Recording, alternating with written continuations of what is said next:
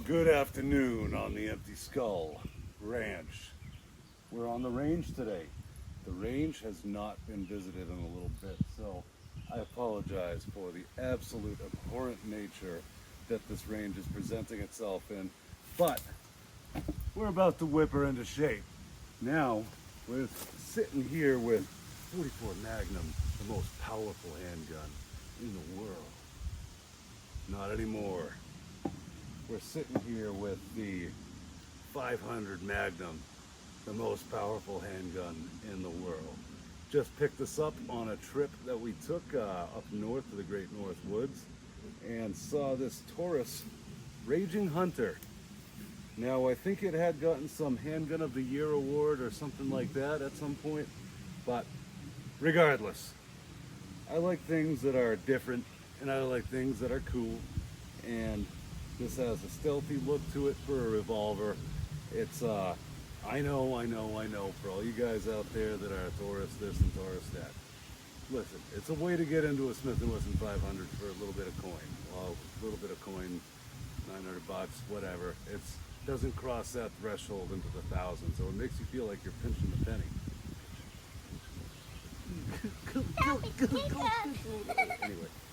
Anyway, I don't know what happened there. But the Smith & Wesson 500. Now, this came about on the scene in 2003, where it dethroned the 44 Magnum, which had been the, I know there's various other calibers there that we're going to get into at some point in the video, like the Casuals and all that, which are quite potent rounds. But if we're looking at traditional aspect here, you know, going by Dirty Harry, back in the day, this was once the Crown Prince. Now, there are a whole plethora of calibers that have a little bit more punch. But this guy is the rotten bird that sits at the top of that branch.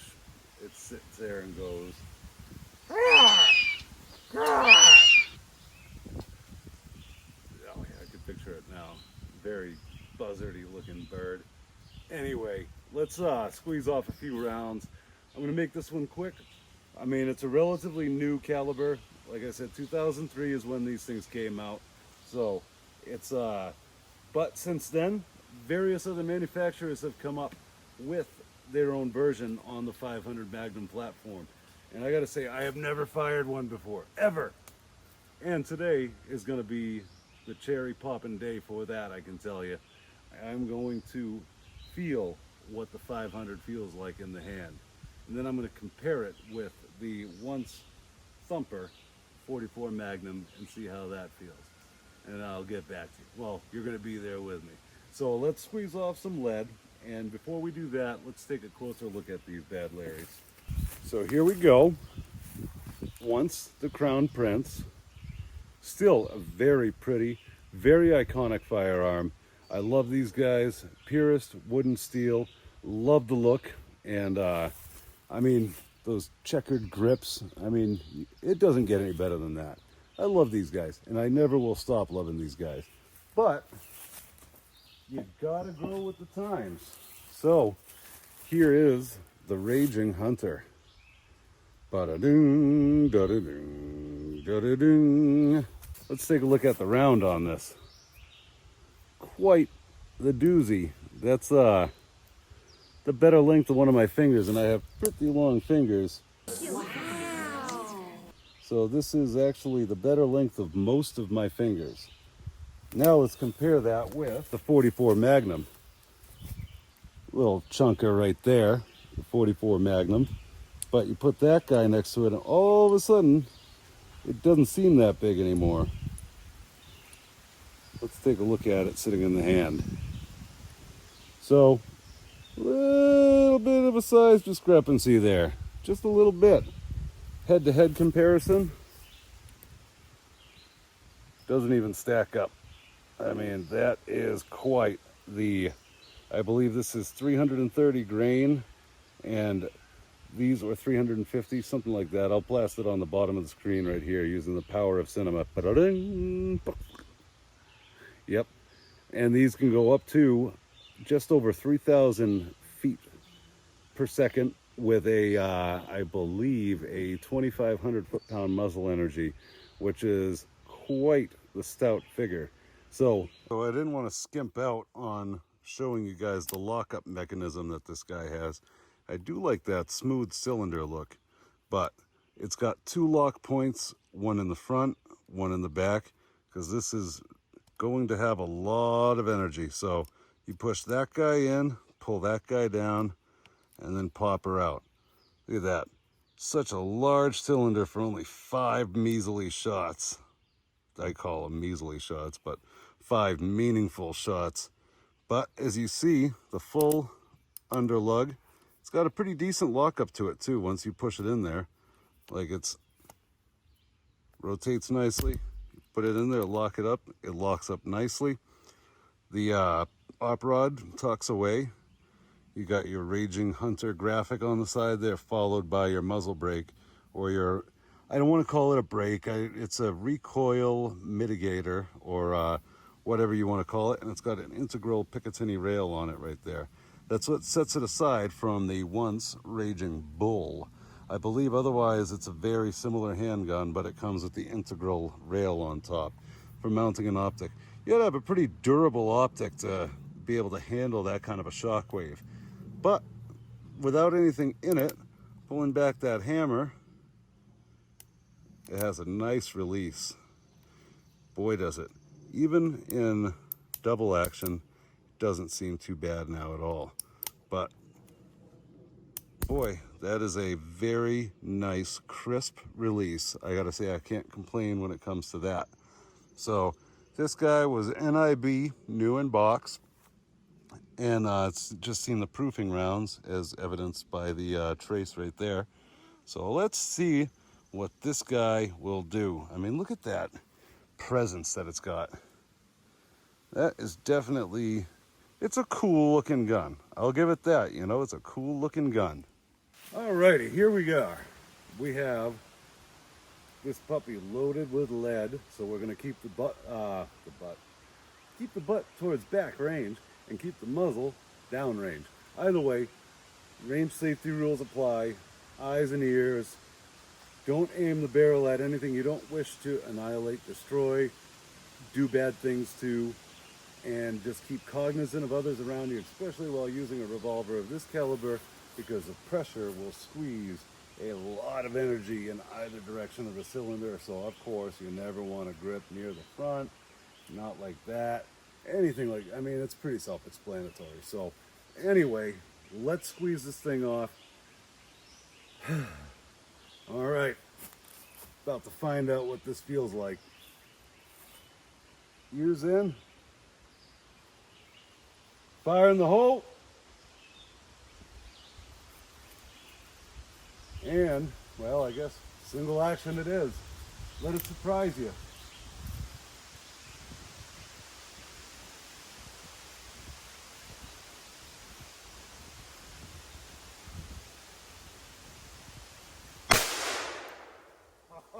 Oh yeah. Oh yeah. This thing launches itself back into your hand. Let's see that in slow-mo. I'll do another one for that.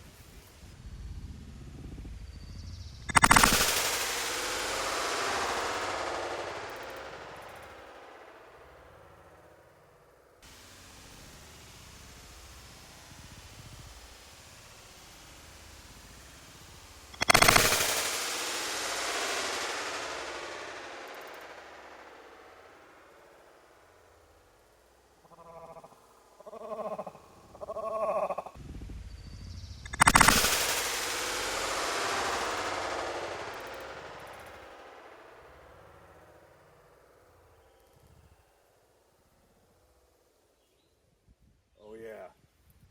Let's see what it's gonna do to that microwave. Huh.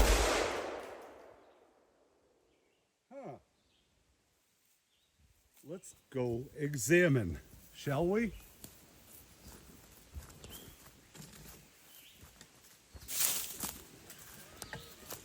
Let's see where the hole went. Let's see where the hole went. Well, there's some previous holes.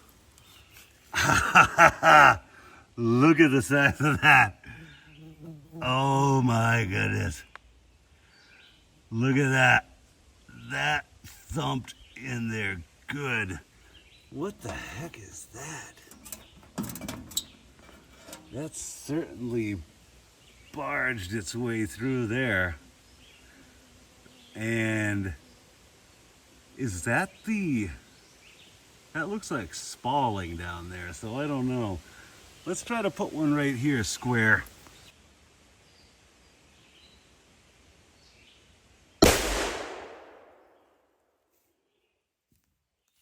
Oh, yeah.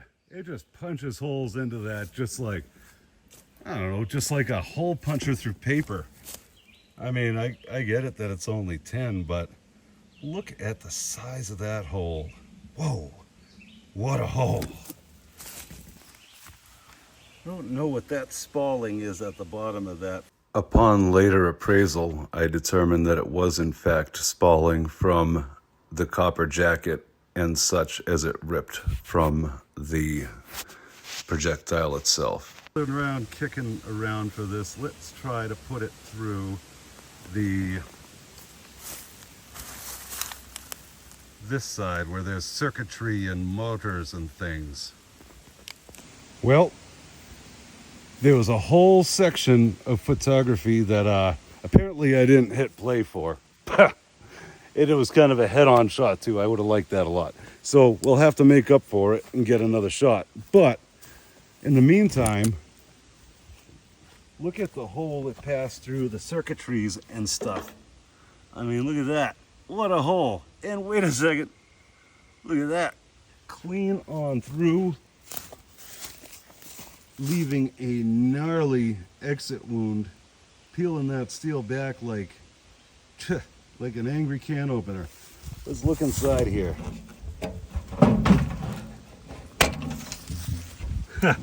Look at that. Ripped right through where the circuitry and all that is. Punched a big old hole in that side. Goodness. Look at that. No, dinner's not ready. No, dinner's not ready.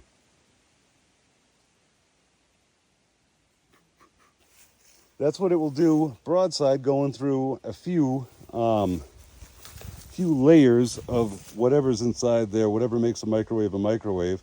But look at what clean holes it makes. It looks really nice. It's pretty.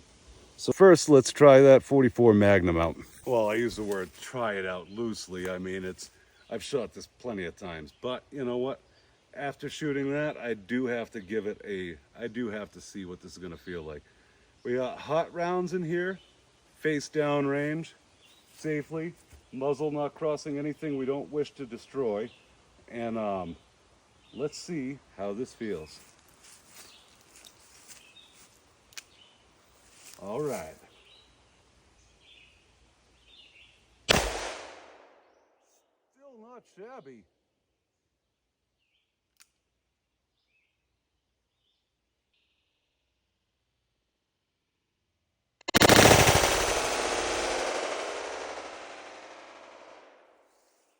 Gotta give the 44 Magnum its true, benefit of the doubt. Even though it doesn't push itself into your hand the way the Smith & Wesson 500 mag does, it snaps, and it gives you felt recoil for sure. Doesn't have the full underlug like the Taurus does either. But I gotta say, I know a lot of guys when it's like, yeah, child's play. It's nothing, I do that for breakfast. No, it hurts. The 500 hurts.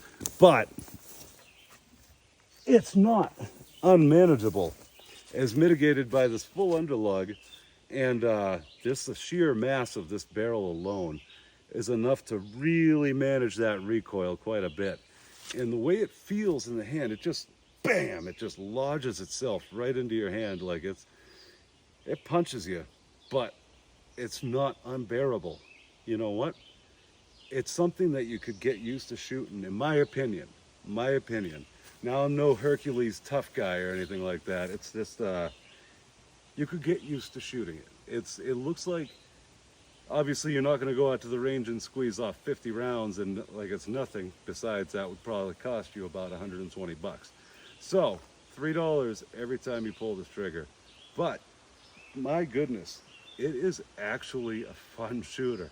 I enjoyed shooting it. I actually am looking forward to sending one more round downrange. All right, let's get a view of this from this angle and see how it looks. Load one of these guys in there. $3 in the chamber. So let's put it in position to be the next up. There we go. Ears tight. You gotta have a full firm grip on this guy, because if you don't, it is going to manhandle you. So let's go on the side with the circuitry and such on the microwave and see if we can put a hole near that other one. Oh yeah. I think I had a little bit of anticipation on that one, because at the last minute I squirrel. Anyway, let's take a look at where that one hit.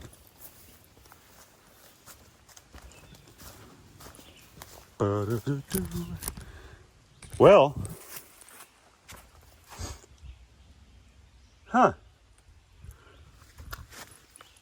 it's kind of neat that these guys are so close together.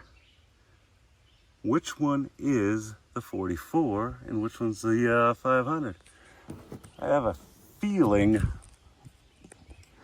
well, we know which one was the initial one. Oh yeah, oh yeah. Either way, these guys go in and they mean business. Look at that one. Popped out just like a, look at that clean exit wound right there.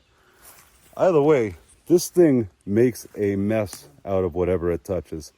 And I gotta say, aside from the immense punch that it gives you at first, it is surprisingly manageable. It's actually a fun shooter. I enjoy it. And we're going to be seeing more of it. We're going to try to see what kind of things we can explode with the 500 Magnum. Well, anyway, guys, that's going to do it tonight for the Taurus Raging Hunter, this edition anyway. See you next time on the Empty Skull Ranch. All right.